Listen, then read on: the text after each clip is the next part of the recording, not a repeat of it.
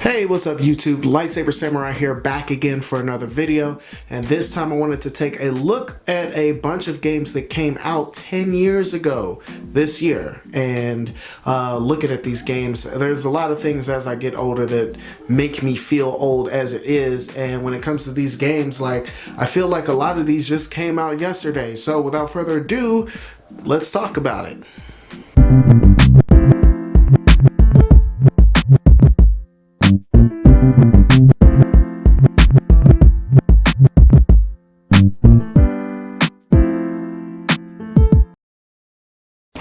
Okay, so the first game I have on the list, this one is by Sega, and this of course came out in 2010. This is the third game in the Yakuza series, and this is Yakuza 3 on the PlayStation 2.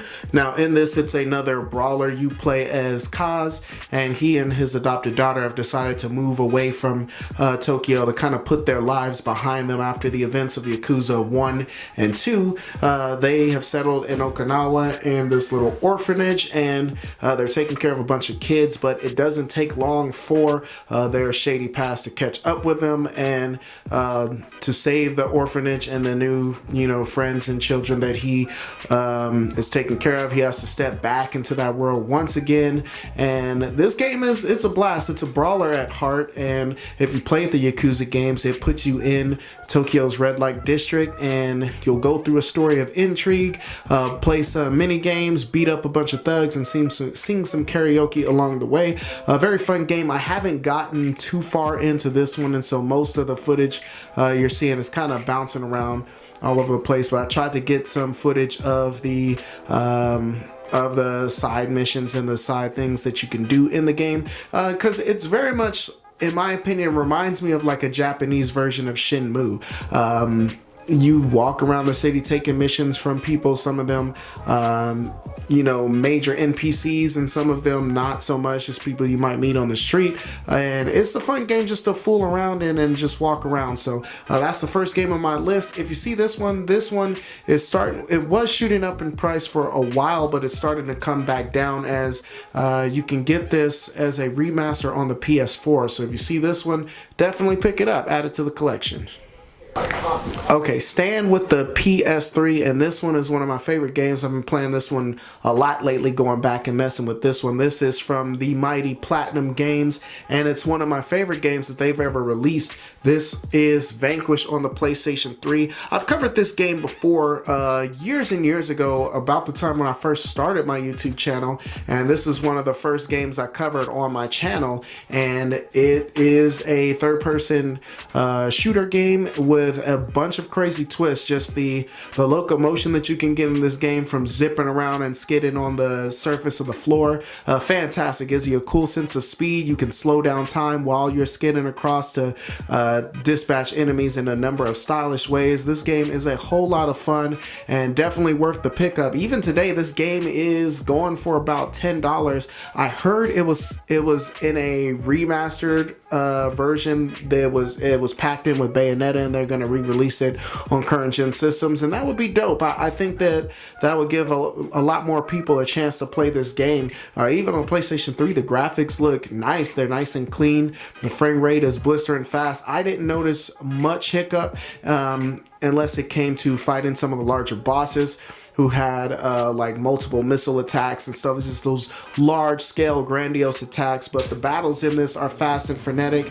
This game is crazy, and if you see this one, you definitely need to pick that up. Vanquish on the PS3. Alright, moving on into the lone Wii game on the list today, and this is still one of my favorite games on the Wii, if not one of my favorite fighting games of the 7th generation, and we didn't get this on the PS3 and the Xbox 360, but of course they didn't get Marvel vs. Capcom either, but they got a nice consolation prize in Tatsunoko vs. Capcom on the Nintendo Wii. This is a fantastic game, and one thing that I like about this is they didn't just rehash all of the characters from Marvel vs. Capcom and put them in this game, because it is versus Capcom. Of course, you got all the Tatsunoko characters, but as far as the Capcom roster, they put a lot more of the obscure characters from games like Soki from Onimusha Dawn of Dreams. You got Mega Man Volnut from the Mega Man Legends series, which definitely needs a third game in the series. But of course, you got Beautiful Joe in here and some of like this is a fantastic game. The graphics not quite as good as Marvel vs. Capcom 3, but the graphics look fantastic on the Wii. They play excellent. It came with its own fighting stick, which I'm actually on the lookout for. But it's got a pretty good cast of characters and a pretty large roster of characters as well. And it was cool going back and playing as some of the Tatsunoko characters. There was a lot of the cast from Gatchaman, which we knew in the U.S. as G-Force, and it was a cartoon that I used to watch. It used to run in the 70s, 80s, and it started to rerun Syndicate in the 90s, in the early 90s, and that's where I first got exposed to G-Force. And I always kind of wonder what happened to that cartoon, and it was one I couldn't quite remember, but then when I saw the characters in this game, I was hype all over again. Fantastic game, and one that I'm kind of jealous that we didn't get, and in some ways I like it better than Marvel vs. Capcom 3, but that's a story for another video. But if you see Tatsunoko vs. Capcom being a Wii exclusive and being such a great game, it is starting to rise in price, but if you're lucky, you can still find it used for about $30 or so max. So if you see Tatsunoko vs. Capcom, I feel like this is going to be one of those Wii games that rises in price as the years go on. So if you see it, definitely pick it up. Okay, finishing up here on the Xbox 360, the last two games. The penultimate game on the list is a game I really couldn't believe is 10 years old today. This is Red Dead Redemption on the Xbox 360, a continuation from the Red Dead Revolver series that we got in the 6th generation, but Rockstar took the reins of this game series and they went all out. You play as John Marston. He is a former outlaw trying to settle down and change his life when he's summoned by the government to hunt down members of his former gang in exchange for clemency and a chance to go back and return to his old life. You go down the state of New Austin and even dip down in Mexico. The map in this game is huge, and the open world in this is kind of a third character on its own. There hasn't been a lot of games like this before or since, if we're talking about Western games. The only one I can think of is Gun, but maybe we'll have to verse those someday. But this one, a fantastic game. The wildlife is what really made the open world stand out. Everything from coyotes to wild bears, and you'll be fighting off packs of wolves and hunting rabbits, and even legendary creatures like the jackalope. And if you're playing some of the DLC, you got the 4 horses of the apocalypse. You can hunt Bigfoot, things like that. This game was fantastic. The gunplay in it was really smooth. It's a cover-based shooter at its heart when you're talking about the combat system, and I think it works pretty good. It plays very much like the cover system that you would see in Grand Theft Auto 4 and 5, and I think it works really well for this game. That's pretty much all I can say about it. It did have a multiplayer mode that was a lot of fun. You can round up a posse and just chill and just go around the open world causing havoc, or you can settle down in a saloon and you all can play blackjack against each other. Just a lot of cool touches like that. Go on train robberies, rob banks, and just really cut up. Like, this game is fantastic. It got the sequel, Red Dead Redemption 2. You guys all know about that. And so seeing as how that came out in the last couple of years, it's kind of weird to think that this game came out 10 years ago, but it did. This game, that is really crazy to me. But because it sold 1 million bajillion copies, this game is pretty cheap to buy if you come across it on the Xbox 360 or PlayStation 3. You can find the Game of the Year edition for about $20, and it's definitely worth that price as it's packed with content. So if you see Red Dead Redemption, it was definitely one of my favorite games of the 7th generation, and it comes highly recommended. Alrighty, and moving on to the final game of the list today, and this is another game that I also covered early in my career. One of my very first episodes I did was on Platinum Games, and so we took a look at Vanquish. Here's another one we'll take a look at. Still possibly one of my favorite games by the team over at Platinum. I think I'm gonna link that old video in the description below, so you can see if you think these videos are cringy, you can see how bad I was when I started out 2.5 years ago. But this is Bayonetta on the Xbox 360. Again, another game that I cannot believe is 10 years old already. It's been around for a decade. It's got Bayonetta 2 that came out on the Wii U, got ported over to the Switch, and I think they got Bayonetta 3 too.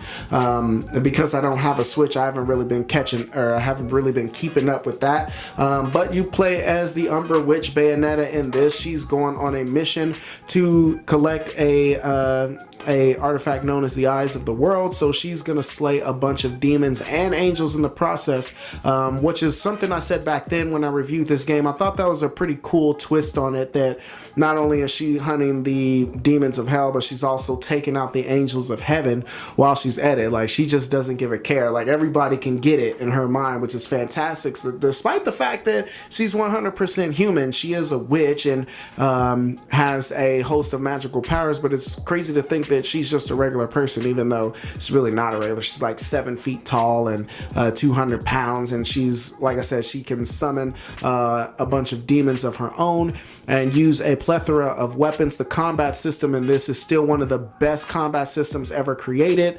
I like games where you can dish out a ton of combos and then you can pull slick dodges and combos on enemies who try to attack you. That is done in this game courtesy of the witch time mechanic. Once you get witch time, and once you get really good at it, you are pretty much unstoppable. You can do some crazy stuff and put the beat down on enemies like it's nobody's business. It's out of control, insane, over the top, everything that makes platinum games, and I love it to death. This game, now you can find it on the Xbox 360 and PS3 for less than $10, and it's worth every penny of it. So if you see this one, this one is a total no-brainer. Like, you need this in your collection. Go out and buy it after you watch this. We'll finish watching this and then go out and buy it. Alright gang, so I do believe that's all I got for you, but let's talk about it in the comment section below. Questions, comments, concerns, threats. What are some other games that you can think of that are around the 10-year-old mark? I've got some ideas in my head, and so we may take a look at this again before the year is out. If you want me to go back and maybe look at some games that are 5 years old or 15 years old or 20 years old, let me know in the comment section below. As always, if you like this content, go ahead and give me a like and subscribe if you haven't done so already. You'll be glad you did. I do believe that's all I got for you. Lightsaber Samurai out. Peace.